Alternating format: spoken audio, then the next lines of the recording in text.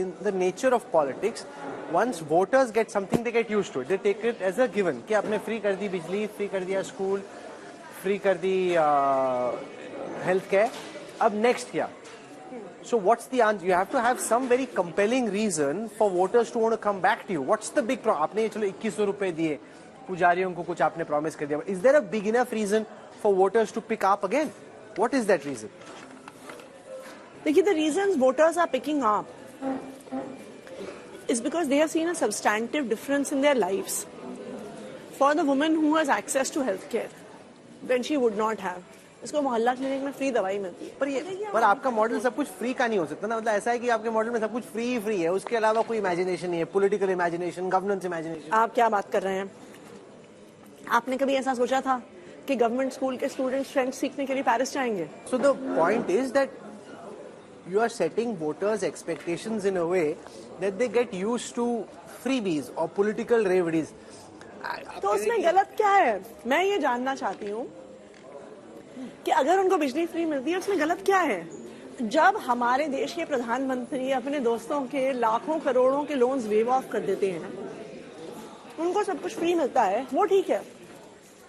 लेकिन एक आम परिवार को 200 यूनिट बिजली फ्री मिल जाती है, तो उससे सबको दिक्कत है. नहीं, जैसे आपने बोला कि आप महिलाओं को 2100 रुपए देंगी as part of your Mahila Samman Yojana. It's a strange situation where your party is in power और आप प्रॉमिस कर रहे हैं. आपने बजट में 1000 रुपए अनाउंस किया, आपने अब तक किया क्यों नहीं? नहीं, हमने कर दिया, हमने कैबिनेट में पास किया. क्यों पैसे नहीं मिले? नहीं, कैबिनेट में अब जाके पास हुआ है. नहीं, तो ये तो मैं बोल रहा हूँ 10 साल में अगर आपको करना था तो आपको पैसे दे देने चाहिए थे. आपकी पंजाब में सरकार है, आपने पंजाब में भी पैसे नहीं दिए. हमने ये प्रॉमिस फरवरी में किया था जब हमने अपना बजट पेश किया था कि हम 1000 रुपए देंगे. आपको भी पता है कि हमारे काम रोकने के लिए इन्होंने दिल्ली के सिटिंग चीफ मिनिस्टर को अरेस्ट कर दिया.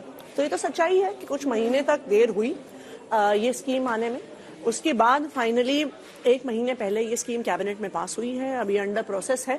बट मध्य प्रदेश में, महाराष्ट्र में women were getting the money. Ladli Behan हो, लड़की बहन हो, तो यहाँ पे पैसा आपने एक झुनझुना सा दिखा दिया कि देंगे आपको. आप दिल्ली की महिलाओं के जाके पूछिए कि उनको क्या लगता है, अरविंद केजरीवाल पैसे देगा कि अरविंद केजरीवाल पैसे नहीं देगा. आपको दिल्ली की महिलाएं ये बता देंगी कि अगर अरविंद केजरीवाल ने कह दिया है तो वो पैसे जरूर देगा. But we also saw all the bureaucrats come and speak against it. कि why this scheme has not been approved? It's not. This is the first time something like this has happened, where the government says it wants to do something. आप ही के government के बाबू लोग बोल रहे कि boss नहीं, ऐसा नहीं हो रहा कुछ. जो हमारी संजीवनी स्कीम है या 2100 का प्रॉमिस है, ये हमारी पार्टी का प्रॉमिस है, ये हमारा मैनिफेस्टो प्रॉमिस है. How is the government involved in this? अब आप अफसरों की भी स्थिति समझिए. उनको केंद्र सरकार से डंडा किया जाता है, उन पे प्रेशर बनाया जाता है, तो वो दबाव में आके कुछ अफसर गलत काम कर देते हैं.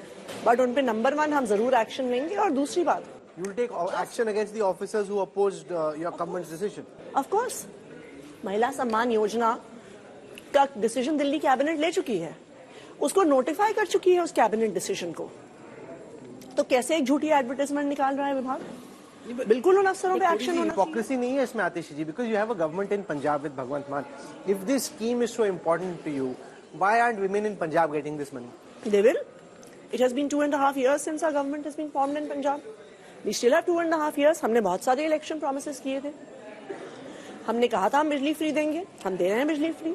हमने कहा था नहीं मिला ना अभी. नहीं मिलेगा. देखिए, कोई भी पार्टी जो चुन के आती है, कोई भी सरकार बनाता है तो 5 साल के समय के लिए बनाता है. 5 साल के बाद आप हमारे पास आइएगा.